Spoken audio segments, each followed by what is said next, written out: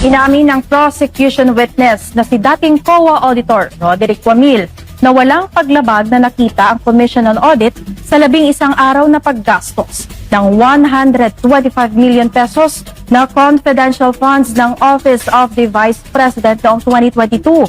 At isa lamang itong statement of fact. Si Jason Rubrico sa report.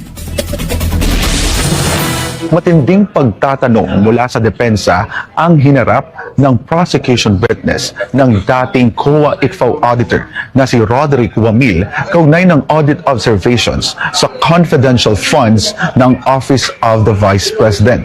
Isa nga sa mga tinalakay sa pagdinig ay kung meron nga bang patakarang nilabag ang OVP sa 11 araw na paggastos nito sa confidential funds. Sa cross-examination, ipinakita ni Defense Spokesperson Attorney Michael Poa ang bahagi ng Joint Circular No. 2015-01 na nagsasabing ang cash advance para sa confidential funds ay dapat nakabatay lamang sa pangangailangan sa loob ng 3 buwan.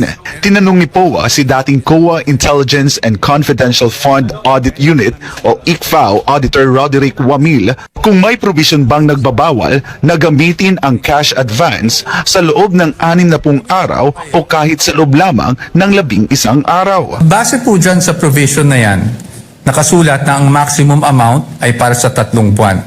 Pero meron po bang provision dyan na nagbabawal na gamitin ito in perhaps 60 days? Wala po. Meron po bang nagbabawal na gamitin ito in 11 days? Wala din po. Maaalalang sa ulat ng COA, ginastos ng OVP ang 125 million pesos na confi funds sa loob lamang ng 11 araw noong December 2022. Pero biglang nilinaw ni Wamil na ang pagbanggit sa 11 araw na disbursement sa Audit Observation Memorandum ay hindi bahagit ng audit findings ng COA. Kaya hindi po namin sinama sa findings namin yung 11 days na disbursement. It's just a statement of fact po on the AOM. Ipinakita rin ng depensa ang mga dokumentong nagpapakitang meron ding confidential funds ang Office of the Vice President noong 2014. Iniharap ni POA ang isang Special Allotment Release Order o SARO mula sa Department of Budget and Management at isang liham mula sa Malacanang na nagbibigay ng confidential funds kay dating Vice President Jejomar Binay. Noong 2014, issued December 22, 2014. Based on that document po, Meron. Meron. You confirm. I just wanted to put that on record because marami na rin pong lumalabas sa social media na si Vice President Sara Duterte lang ang Vice President na nagkaroon ng confidential funds. But you confirm that, sir. Samantala, kinumpirma rin ni Wamil na ang confidential funds na natanggap ng Office of the Vice President noong 2022 ay nagmula sa Office of the President.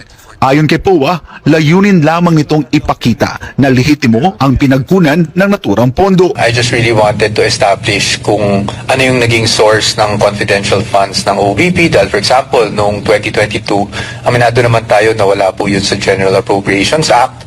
At gusto ko lang ma-highlight na legitimate naman yung pagbigay no, ng confidential funds sa OVP at sa DepEd for 2023 naman. Sa pagtatapos ng pagdinig, sinabi ni POA na kontento siya sa naging takbo ng kanyang cross-examination. Aniya, naipakita nila sa mga senator judges ang mga puntong nais ipaliwanag ng depensa. I was happy with the way Cross went. I really wanted Cross to be fast.